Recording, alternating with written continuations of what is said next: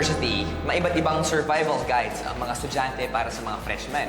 At nandito tayo ngayon, Gretch, sa isa sa mga kailangang harapin ng mga Lasallian just in case malilate sila para sa isang klase. Tama yan. Sabi nga nila, only the strongest legs and the bravest soul survive dito sa Andrew Stairs na ito. Pag mahaba kasi yung pila doon sa elevator sa labas, kailangan nilang akyatin ito para makaabot ng mabilis sa klase.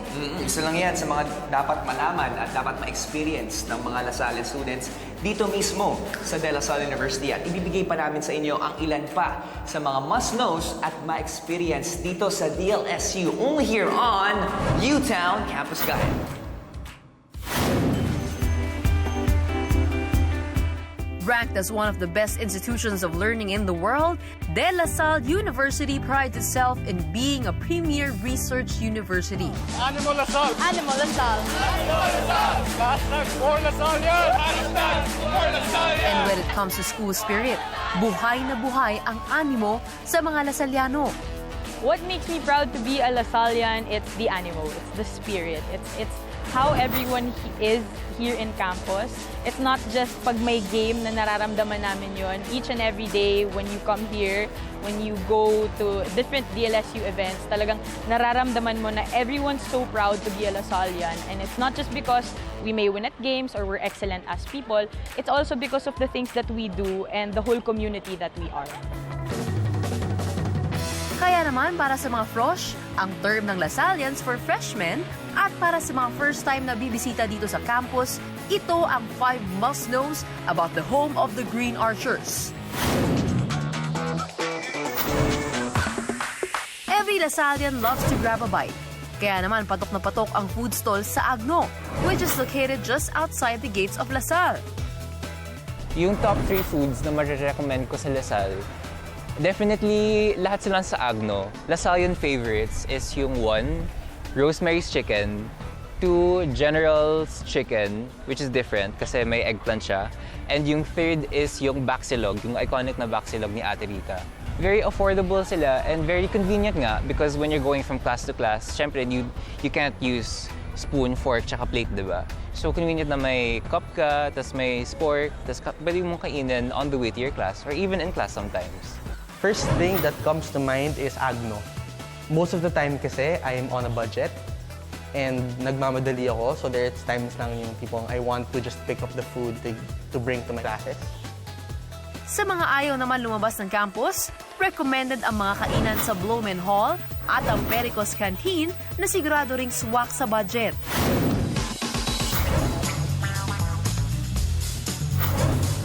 DLSU is strategically located along Taft Avenue at maraming paraan para makarating sa campus. So I use the LRT going to Lasalle. Really convenient siya kasi I start from Santolan all the way to Recto. Tas switch trains going to Doroteo José all the way to Vito Cruz. It usually takes 1 hour compared to if you drive a car na 3 hours siya, especially if rush hour. My mode of transportation going to Lasalle is through the UV. Because I come from Parañaque, so there's a van coming from SM Bicutan heading straight here to Lasalle. It's very convenient, if I have to be honest. It's just the traffic that I have to endure. With the growing population in Taft campus, upperclassmen have thought of ways to save time and energy. Isa sa mga survival tips nila ay ang pagdaan sa warp zones. Super helpful to if you're coming from Gokong Way Building, Miguel Building, or SJ.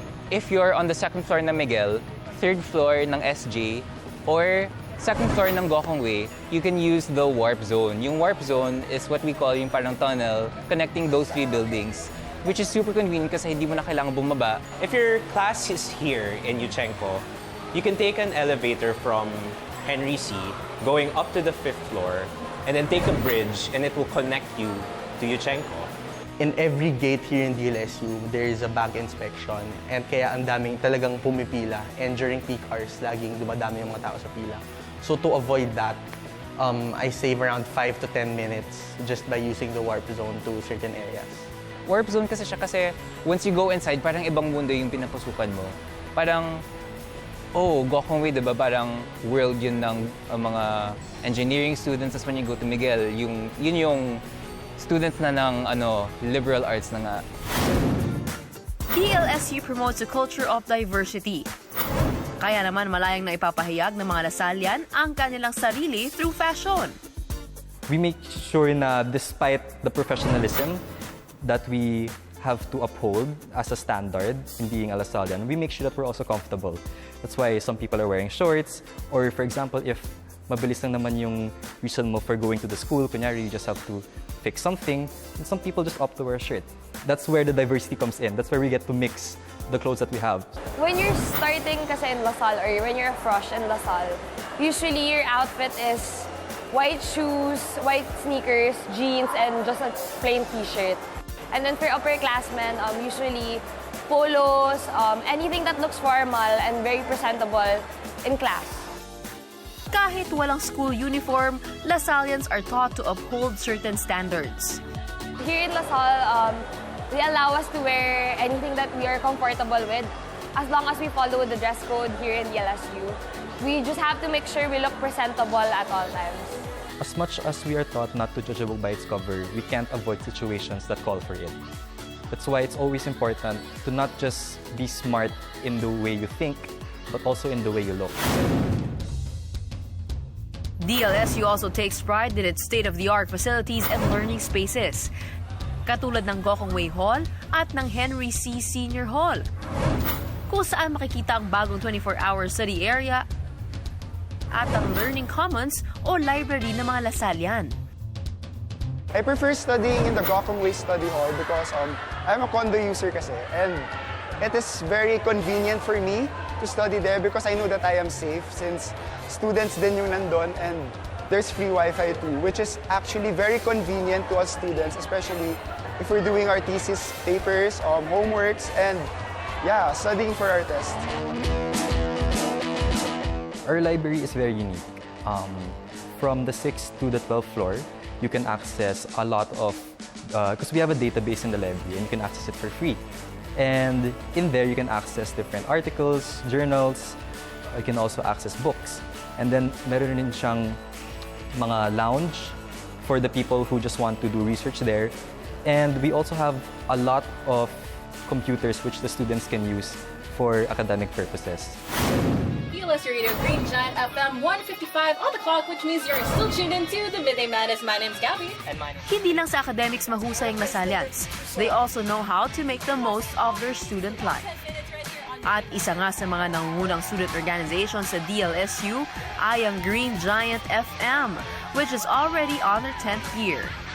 Green Giant FM is DLSU's official radio station. We air from Tuesday to Friday, and we actually stream online 24 hours. In 2008, Green Giant FM was created by ECES, that's the engineering org, and Team Communication made up of communication students.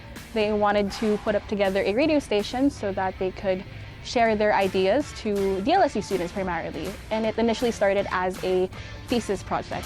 Top Notch College Radio. Only on Green Giant FM. As a person who is just a member of the org and has made friends with all the people since the old times, it's very heartwarming to see how much it's grown. Back then, we just used to be a handful of members. All of us were DJs. All we would do was talk. But then we started reaching out to other avenues like hosting and covering media. So there's so much raw talent that goes into this organization. The best thing about it is being able to share what we have as Lasallian students. Being able to show off to people that, hey, we are a fun org, hey, we're Lasallians, and we're very proud of what we do. And it just makes you excited for the future. That's what I like about being Lasallian. They make you excited for graduating and conquering the world rather than being scared of it and being anxious about it. Hindi maikakaila na isang world-class university ang DLSU, known for its heritage of excellence. At proud ang mga Lasalliano na isigaw ang Animo Lasal.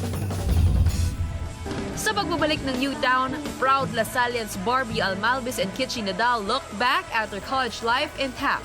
Sila naman ang sisigaw ng DLSU Represent.